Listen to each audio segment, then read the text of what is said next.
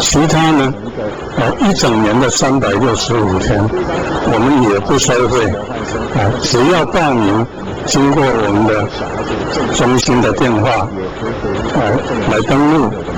那么不管1年365天的任何时候，我们都会无条件的提供超度。但是呢，澎湖跟高雄的气爆，我们都在这一次今天盂兰盆法会里面，让他离苦得乐，超生活佛。在这个地方预祝我们所有的往生者都离苦得乐，不再受6道的轮回。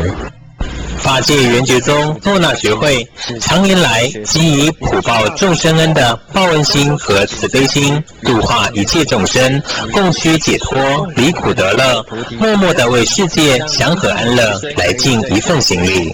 法界新闻吴云曲台中采访报道。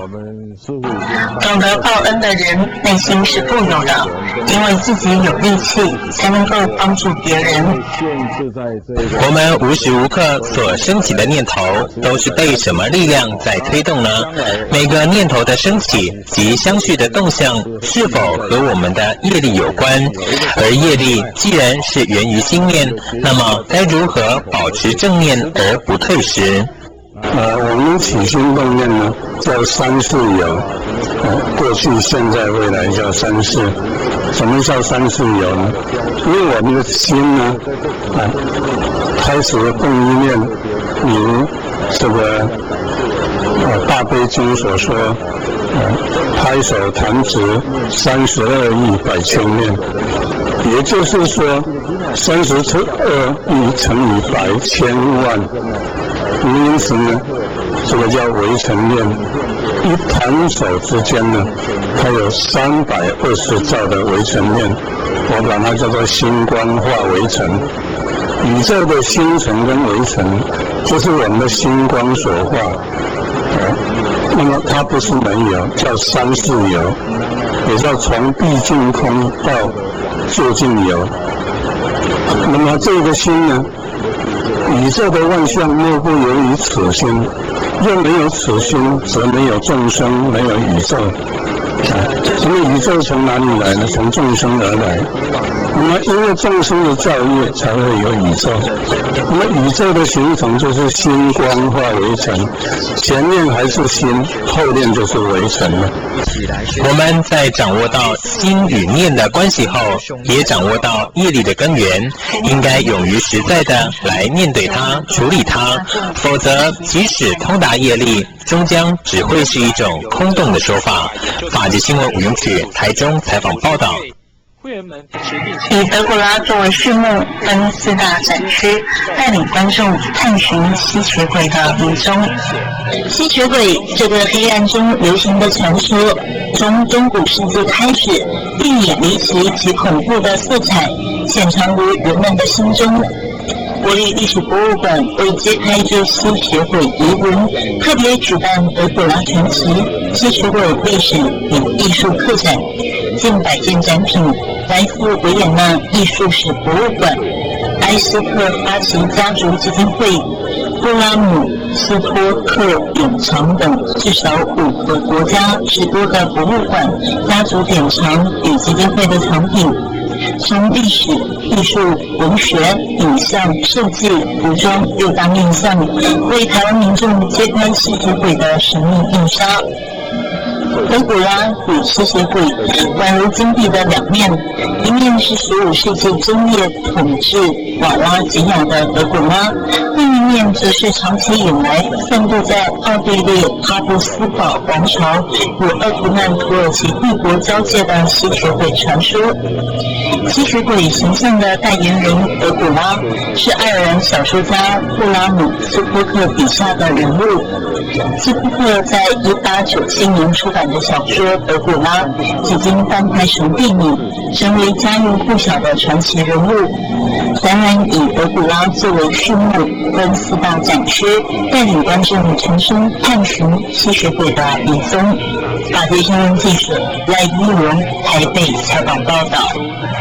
每一次的生命轮回都有必须完成的志业，所以我们必须要修业成道。人诞生于这个世上，都有他必须去完成的人生志业，因为每个人的因缘不同，所要完成的课题也就不尽相同。因此，在佛教中，我们常常会听到因果轮回的说法，这就是说，我们此生志业如果未能完成，来生则要继续。这个我们佛教里面其实有讲到轮回这个议题啊。那这个轮回其实，应该说在佛教里面有很多的例子啊，哈，在古代有很多例子也在啊，比如说王阳明啊等等，其实有很多例子都在告诉我们，生命其实不是只有这么一世，它是有这个轮回这样的。那假设真的是轮回存在，那我们这辈子你又要人间做什么，是吧？我们一世一世，你又回到人间到底要做什么？为什么你需要一次又一次来到人间？到底我们在忙什么？其实我们来看这个生命，你把这个生命看成一个这个常有去看的时候，你会发现每一次你回到人间，其实都应该有功课的，都是有功课要让你做的。你每一次会回到这个世间来，其实有学分要让你去修，那每一次的议题可能是不一样。但是我们举一个例子，比如说你的人际关系不好，那为什么人际关系不好？可能你有某方面的执着，比如说你很自我啦，你不太会去照顾别人啊，等等等。那你这个习性一直非常自我，很自私。如果你这个学分没有好好去修，那你下辈子还不是又回来，就算你被当掉了嘛，所以你又要回来修这一门人际关系啊。生命的轮回并非都是不好的，只是要让我们去修补此生未能完成的缺憾，这也是每个人都会有的一道障碍。等到你能诚实面对这项缺点，去完成这项课题，那么你的人生才会圆满。法界新闻杨志忠台南采访报道。透过修行，除了制度之外，我们也希望能够利他。对于轮回，因为讲到因果循环，许多人会害怕坠入六道中的其他道业中。其实应该说，轮回的目的应该是一种正面积极性的，我们应该要正面去面对，把你拥有的好再修持更好，缺失则要努力去修补。所以我们讲到这个轮回，其实轮回的目的是做什么？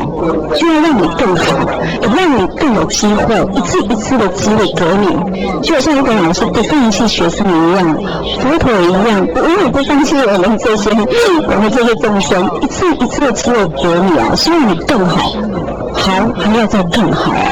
所以我们讲到看上人间走一回，意思是说，因为你走完这一生里面，你到下一生里面，你到底学到什么？你到底你的生命意义是什么？假设我们每一个人知道你来人世间的意义要做什么时候，你生活就有目标，你生活也会更有方向，你的生活也会更快乐。所以呢，我们讲到轮回的事情，它不是一个消极，它其实一个积极的一个面向。就好像一年的春夏秋冬四季，每一季都是不一样的，每一次的心情也会不一样。那只有你去用心耕耘的时候，你就会发现你又成长了。